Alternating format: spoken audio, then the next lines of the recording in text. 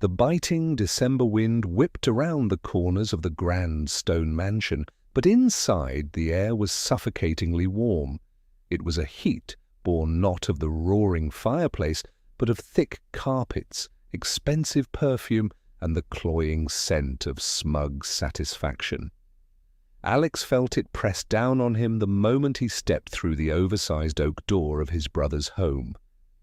It was Christmas Eve, a time that was supposed to be about family and warmth, but for Alex it had always been an annual trial.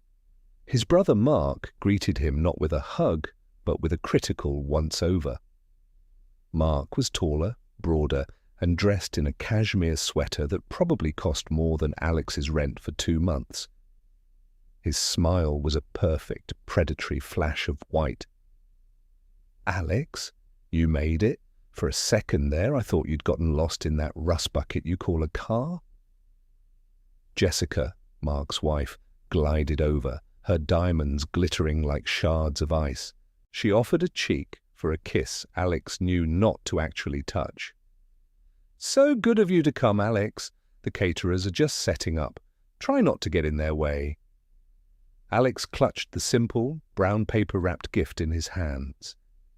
It felt small and foolish in this cavernous hall. He had spent weeks on it, carefully carving and sanding the wood, creating a handcrafted chess set. It was the one skill he possessed that he was truly proud of, a quiet art passed down from his grandfather. He followed them into the main living area, a room that looked like it had been lifted from a magazine about people with too much money. White leather couches, a towering Christmas tree draped in gold and crystal, and a collection of people milling about with champagne flutes, all looking just as polished and expensive as their surroundings. Alex, in his simple but clean button-down shirt and slacks, felt like a ghost at the feast. His mother, Eleanor, saw him, and her face tightened for a fraction of a second before rearranging itself into a mask of maternal tolerance. "Alexander, dear, you're here. Do get yourself a drink. You look stressed." She did not ask why. She never did. The evening crawled by. The conversation was a stream of topics Alex had no connection to. Ski trips to Aspen, stock market fluctuations, the nightmare of finding a good au pair. He stood by the fireplace, nursing a glass of sparkling water, feeling the familiar invisibility settle over him. He was present, but not a participant. He was a piece of furniture the family was obligated to dust off once a year. Then came the time for exchanging gifts. It was always the worst part of the night, a ritual of humiliation dressed in festive wrapping paper. Mark and Jessica received a first-edition book, a vintage watch, and keys to a new luxury car from Jessica's parents. Their gifts to others were equally extravagant, delivered with a theatrical flourish of generosity. Finally, it was Alex's turn. He felt a familiar knot of dread tighten in his stomach. He handed the modest package to Mark. "Merry Christmas, Mark. Jessica." Mark took it, weighing it in his hand with a smirk. "What's this, little brother? Did you whittle something for us again?" He tore the paper off with careless aggression, revealing the polished wooden box. He opened it, glanced at the intricately carved pieces, and let out a short, sharp laugh that cut through the atmosphere like a blade. "Oh, that's quaint," Jessica said, her voice dripping with condescension. She did not even bother to look at it closely. Mark held up the king piece for everyone to see. "Look, everyone! My brother the artist." The room filled with polite, forced chuckles. "Still playing with blocks of wood while the rest of us are in the real world, building empires." He set the box down on a nearby table with a dismissive thud. "We appreciate the thought, Alex, really. But we don't exactly have room for rustic crafts in the new design scheme." Alex's face burned. He felt a dozen pairs of eyes on him, a mixture of pity and amusement. He wanted the floor to swallow him whole. He said nothing. He had learned long ago that saying nothing was the safest option. But Mark was not finished. He thrived on this. He walked over to the marble mantelpiece where a row of crisp white envelopes was displayed. He plucked one out. He strode back to Alex and held it out. "Look," Mark said, his voice now loud, performative, for the benefit of the entire room. "I know things are tough for you, always have been. It's not your fault you just weren't born with the same drive as me." He waved the envelope in front of Alex's face. "So, here. A little Christmas bonus, from me, to help you out. Maybe you can use it to take a class, learn a real skill." Alex stared at the envelope. He knew what was inside. It was cash. A few $100, maybe 1,000. Not a gift, but a transaction. It was a payment for his silence, for his acceptance of his designated role as the family failure. "I don't need your charity, Mark," Alex said, his voice barely a whisper.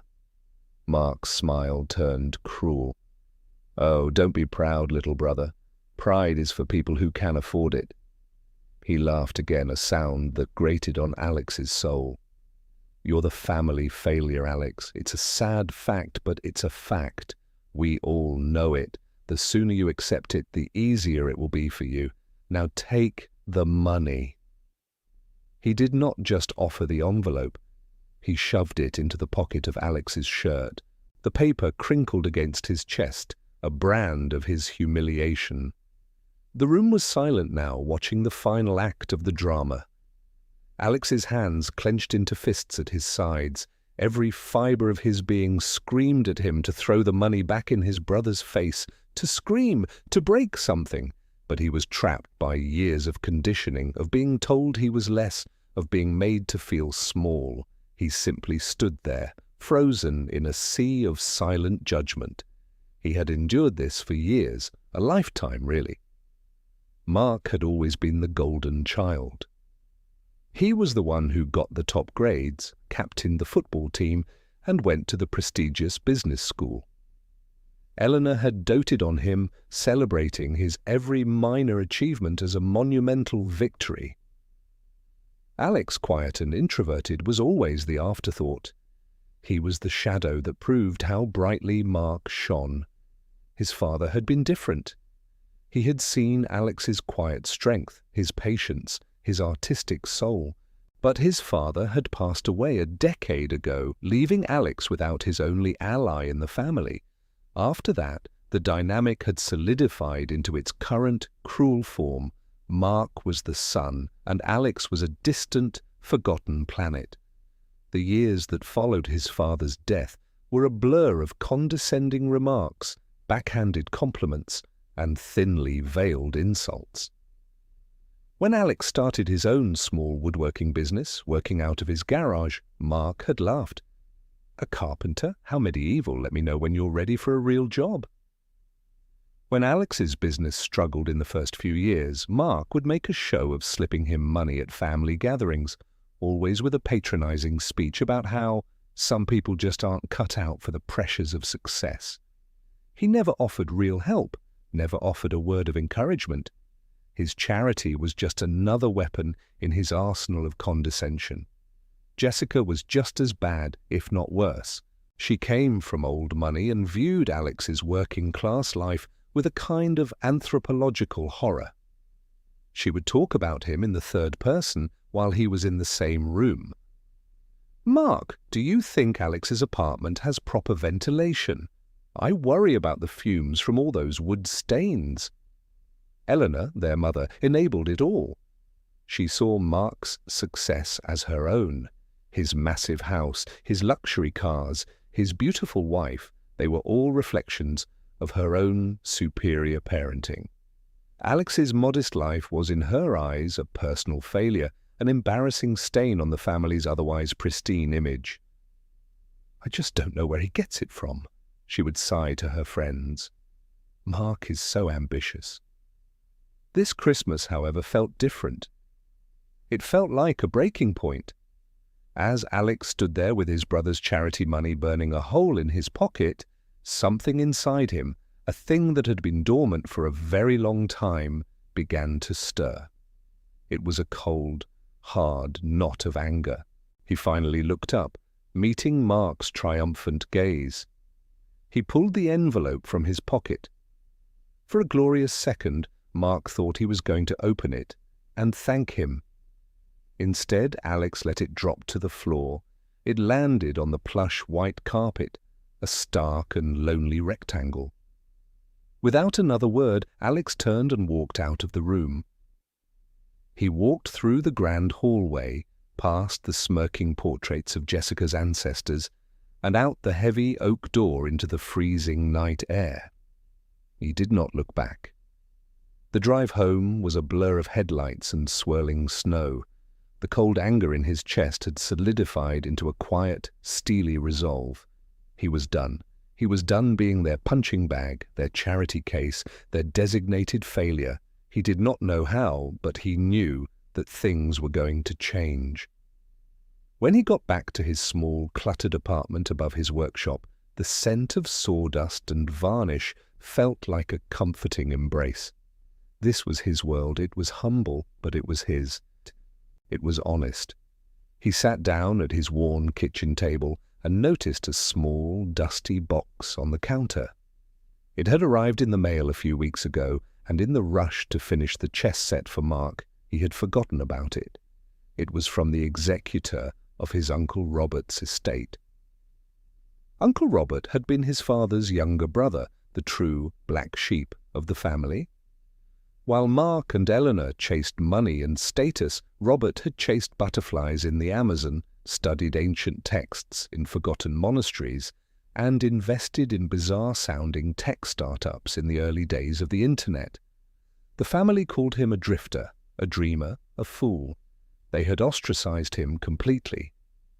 But Robert had always been kind to Alex. He would send him postcards from exotic locations and bring him strange, wonderful gifts.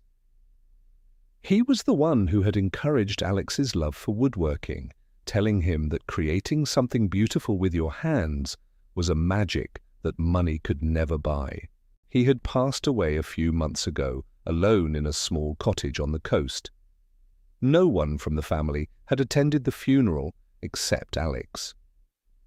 Alex opened the box. Inside, nestled on a bed of yellowed tissue paper, was a single, old-fashioned skeleton key. It was heavy, made of tarnished brass, with an ornate, almost floral design at the top. Beneath it was a folded piece of paper. Alex unfolded it. It was a short, handwritten note from his uncle. "For my favorite nephew, Alex," it read. "They always said I had my head in the clouds. They weren't entirely wrong, but sometimes that's where you find the best view. This key opens a door, not just to a room, but to a different kind of truth. Don't let them define you, son. Your worth was never up for their debate." Below the message was an address. It was in the oldest, most prestigious financial district of the city, a place of stone-faced banks and intimidating law firms. Alex had never had a reason to go there in his life. He looked at the key, then at the note. A mystery seed, a flicker of something, not quite hope, but curiosity, ignited within him. For the first time all night, he felt something other than shame and anger. He felt a purpose. The next few days were a quiet storm of activity. Mark and his mother left a series of voicemails alternating between feigned concern and outright anger at his dramatic exit from the party. Alex ignored them. He was done with their world. He was focused on the key. He spent hours online researching the address from the note. It belonged to a very old, very discreet law firm, Blackwood, Sterling and Croft. Their website was minimal, listing only their founding date in the 19th century and a single contact number. They specialized in estate planning and wealth management for a clientele so private they were practically invisible. This seemed completely at odds with the eccentric, penniless Uncle Alex thought he knew. he felt a growing sense of cognitive dissonance. The man who wore mismatched socks and sent him a taxidermied squirrel from Borneo did not seem like the type to have dealings with a firm like this. Meanwhile, Mark escalated his campaign of condescension. He sent Alex a text message a few days after Christmas. "Hey, hope you're not still sulking. Mum is worried. Look, I get it, you were embarrassed. But you need to face reality. I'm successful and you're not. That's just the way the world works. My offer of help still stands, by the way. You should really consider it." The sheer arrogance of the message was breathtaking. Mark was so convinced of his own superiority, so utterly blind to his own cruelty, that he saw his insult as an act of generosity. He believed he was the hero of the story, benevolently offering a hand to his pathetic younger brother. This overconfidence, Alex realized, was not just a personality flaw, it was a vulnerability. Fueled by a fresh wave of resolve, Alex picked up the phone and dialed the number for Blackwood, Sterling, and Croft. A crisp, professional voice answered on the first ring. "Blackwood, Sterling, and Croft, how may I direct your call?" Alex's heart hammered against his ribs. "Hello. My name is Alexander Pierce. I was given this number in relation to the estate of my uncle, Robert Pierce." There was a brief pause, the sound of quiet typing. "Ah, yes, Mr. Pierce. We have been expecting your call. Mr. Blackwood himself is handling the estate. He has been waiting to hear from you. Would you be available to come in tomorrow morning at 10? Mr. Blackwood himself. The name sounded like something out of an old movie. The sense of unreality deepened. "Yes," Alex managed to say. "Yes, 10 o'clock is fine." The next morning, Alex stood before a formidable-looking building of dark granite and polished brass. The name of the firm was etched discreetly beside the heavy wooden doors. Taking a deep breath, he pulled one open. The air inside was cool and smelled of old paper, leather, and money. A receptionist with silver hair and an impeccable suit directed him to a waiting area with chairs so comfortable he was afraid to sit in them. A few minutes later, a man who looked to be in his late 60s emerged from a hallway.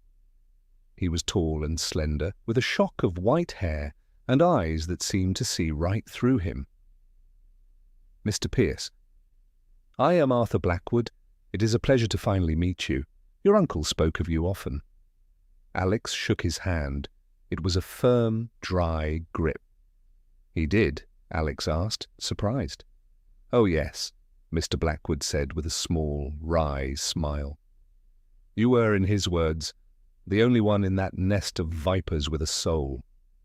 He gestured down the hallway. "Please, come this way. We have much to discuss." He led Alex into a large corner office lined with floor-to-ceiling bookshelves. A massive mahogany desk stood before a window that offered a panoramic view of the city skyline. Mr. Blackwood gestured for Alex to sit in one of the leather chairs opposite the desk.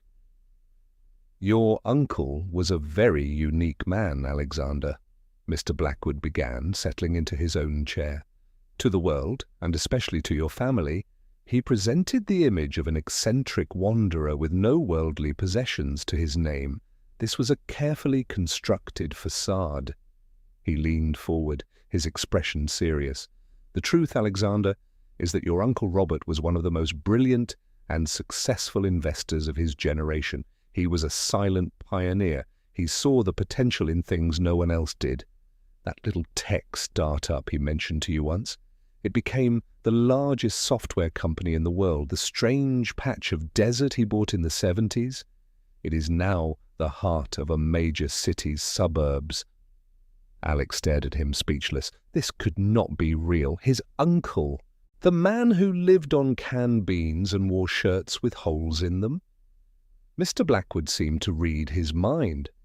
He detested the culture of wealth, the arrogance, the preening, the way it corrupted people like your mother and brother. Forgive me for being blunt. He wanted no part of it.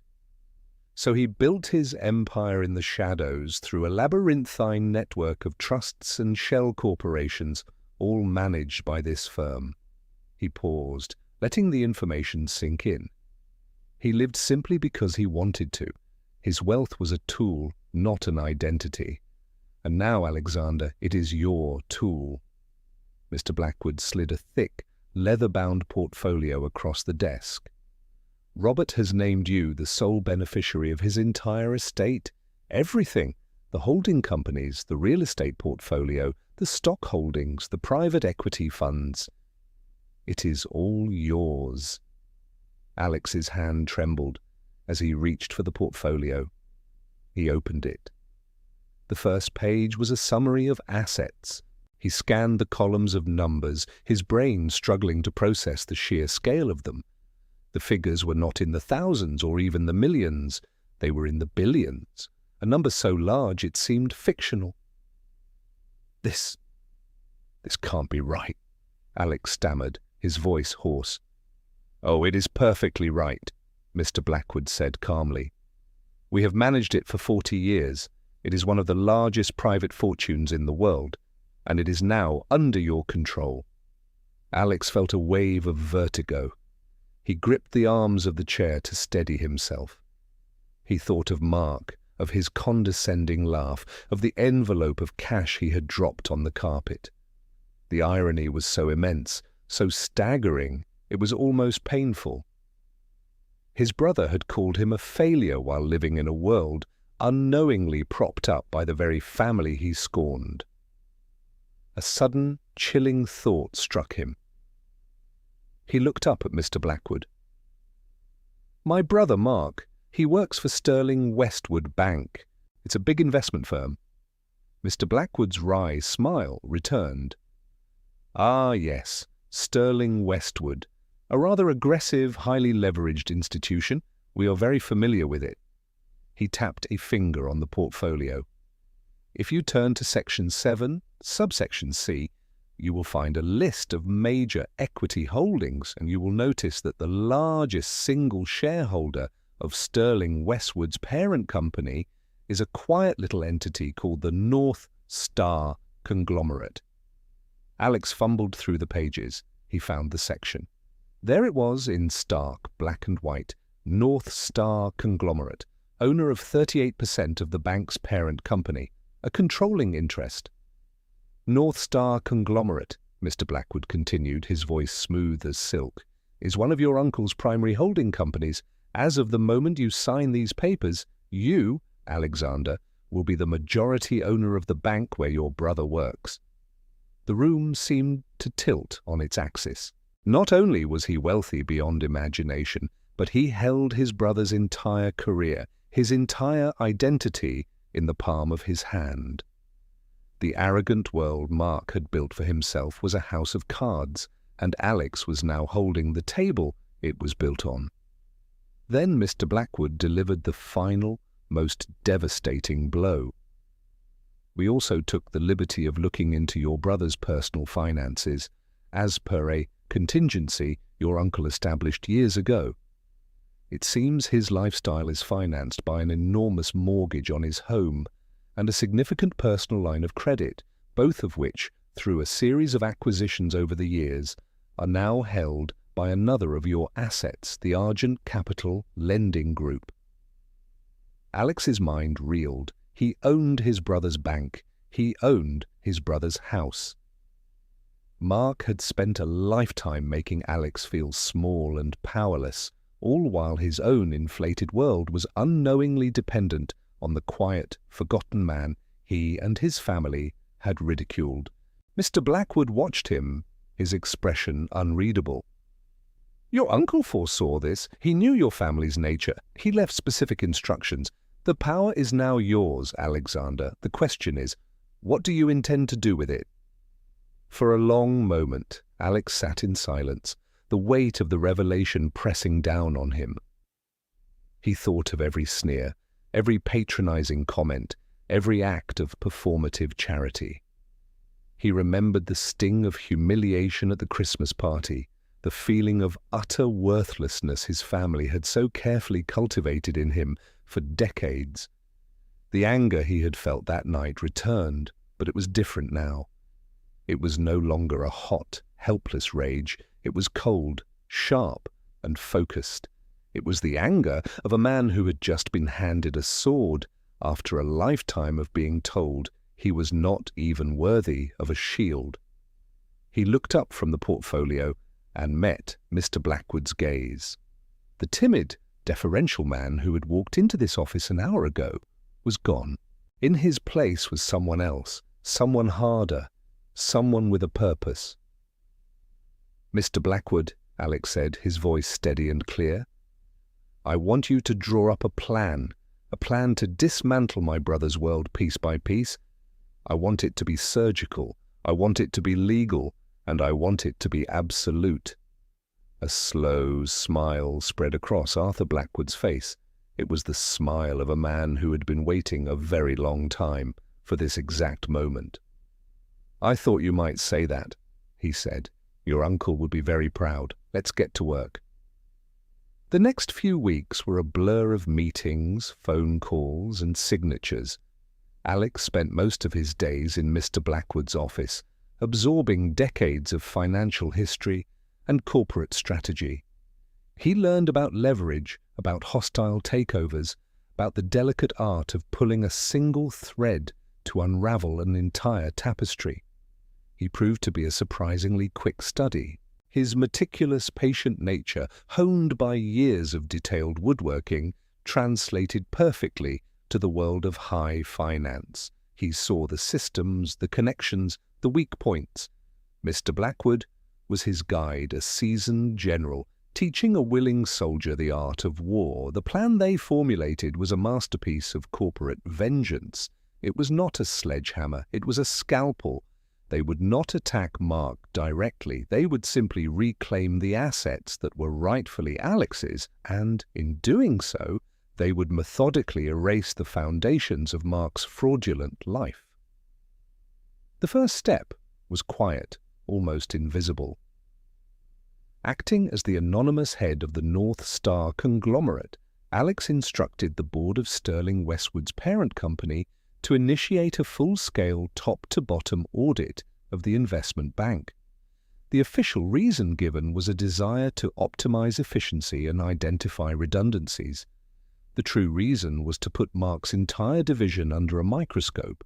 Mark, blinded by his own arrogance, saw it as an opportunity. He bragged to Jessica over dinner. "This audit is perfect. It will finally give me the chance to show head office how much dead weight I've been carrying. I'll come out of this with a promotion, you'll see." He had no idea he was the primary target. The second step was to activate Argent Capital. Under Alex's direction, the lending group began a portfolio review.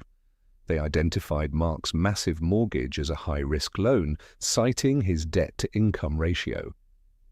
They sent a formal letter, a dry, impersonal notice, informing him that the terms of his loan were being re-evaluated. Mark received the letter and flew into a rage.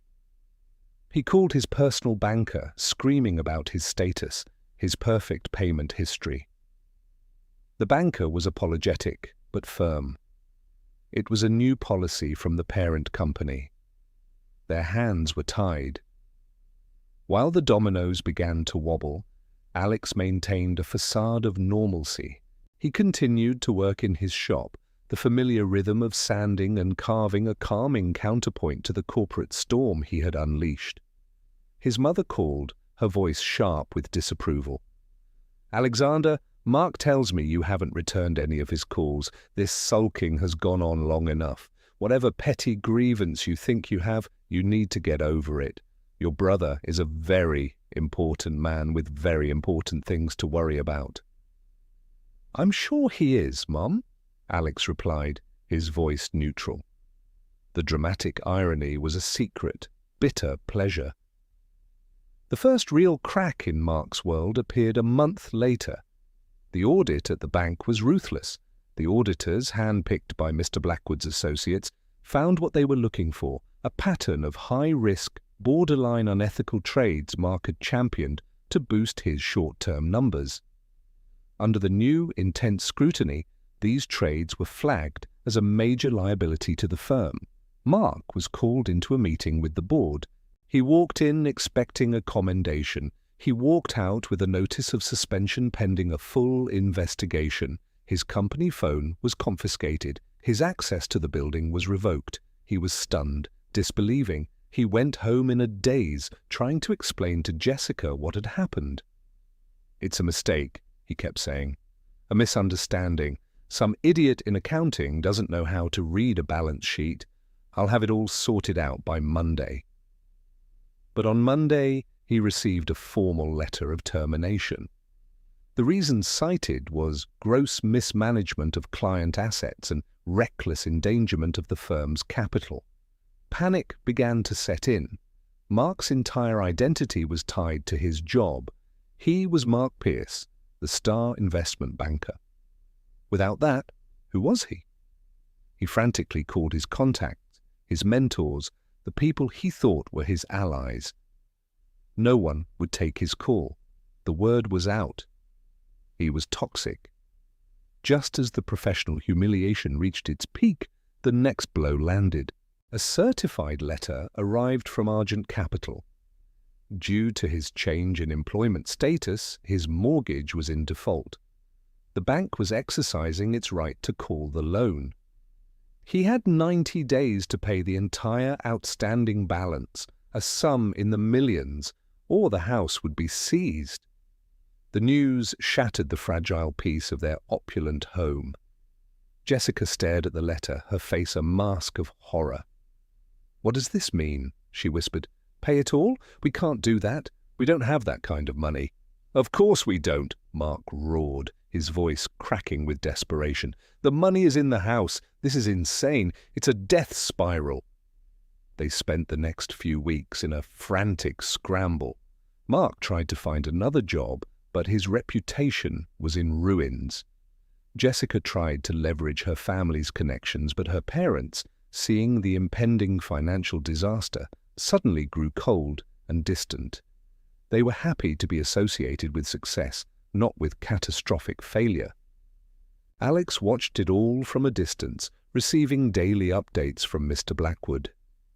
He felt a cold, satisfying sense of justice. He was not destroying his brother. He was simply removing the unearned, unappreciated props that had held him up. Mark was collapsing under the weight of his own arrogance.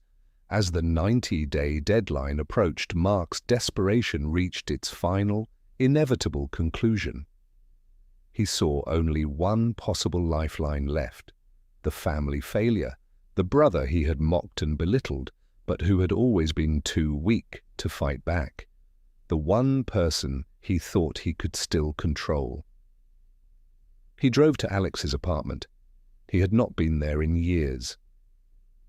He looked at the modest building, the workshop on the ground floor, with a renewed sense of disgust.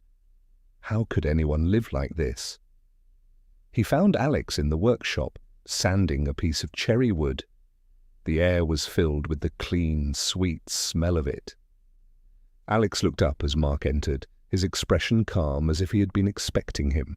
"Alex," Mark said, trying to inject a tone of brotherly warmth into his voice. It came out strained and false. "We need to talk." "Do we?" Alex asked, not stopping his work.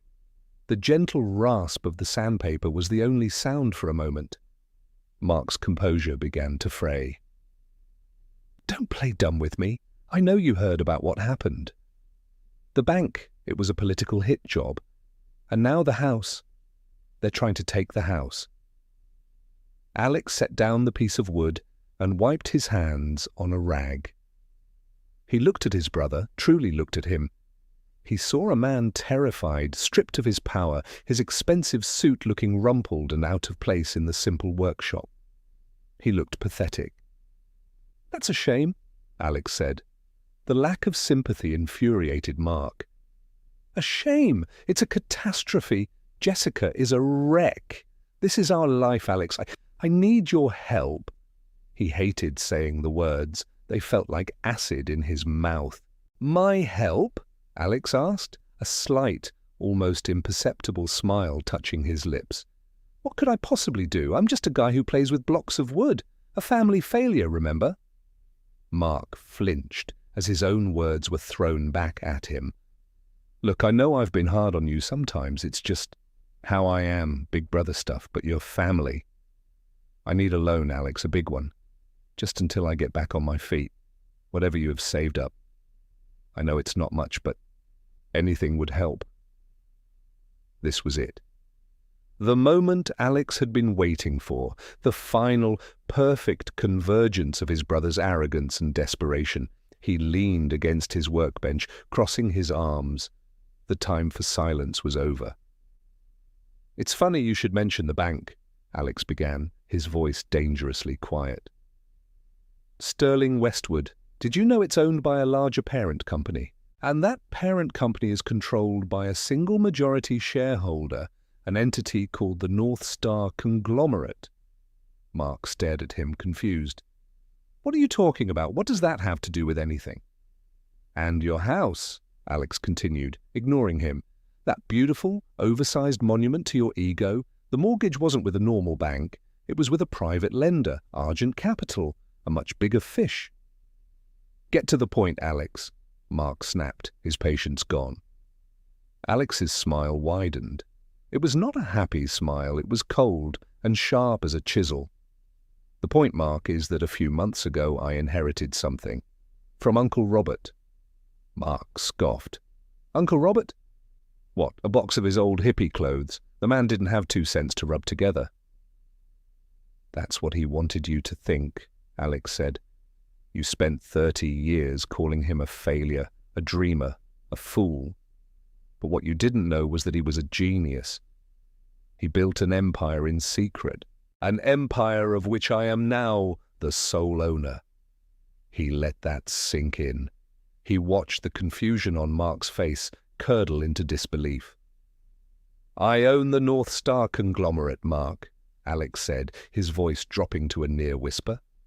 "I am the majority shareholder of your bank. The audit? That was my order. Your termination? My signature." Mark's face went pale. He looked as if Alex had just punched him in the stomach.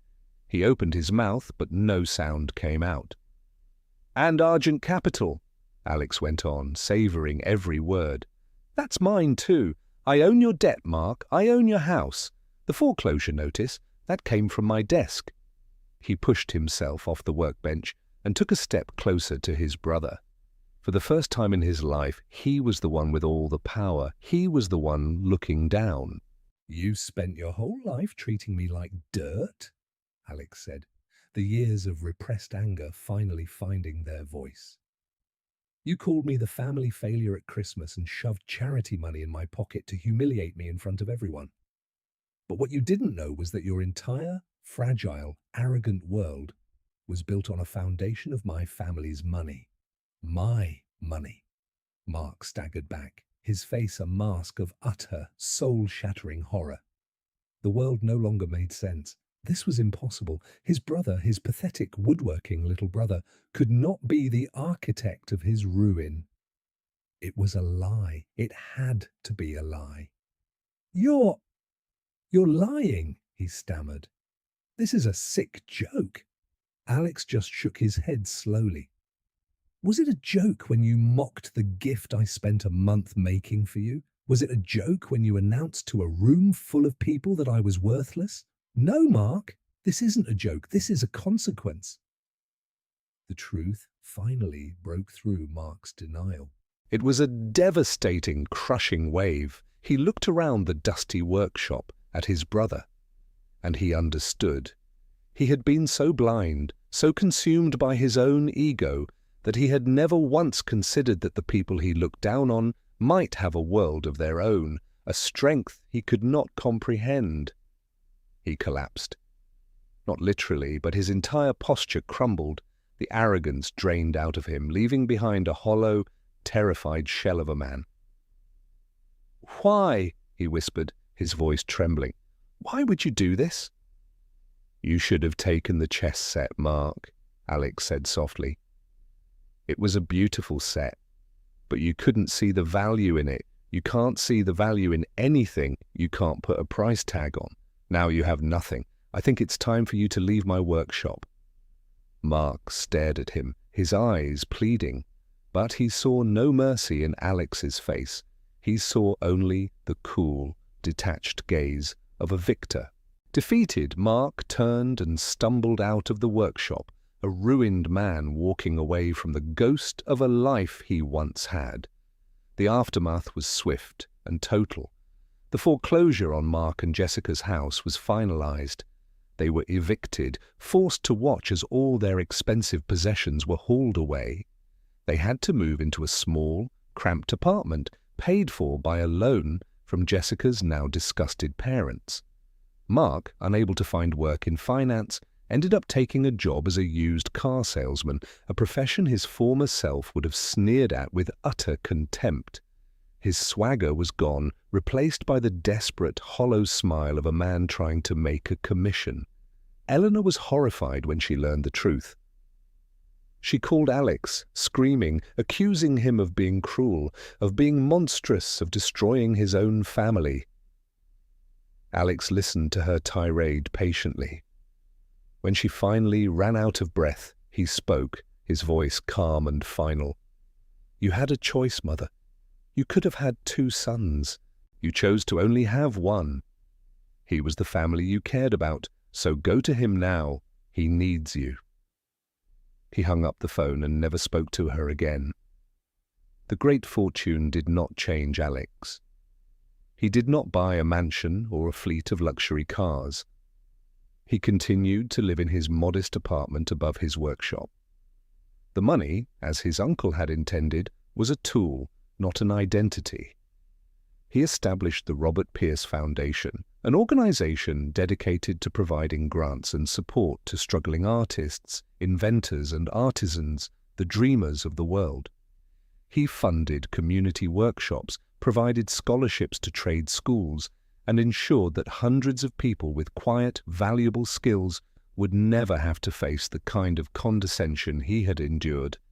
A year after the confrontation, he was at a gallery opening sponsored by his foundation, showcasing the work of a brilliant young sculptor. He was not there as a benefactor, but simply as an admirer of the art. It was there he met a woman named Clara.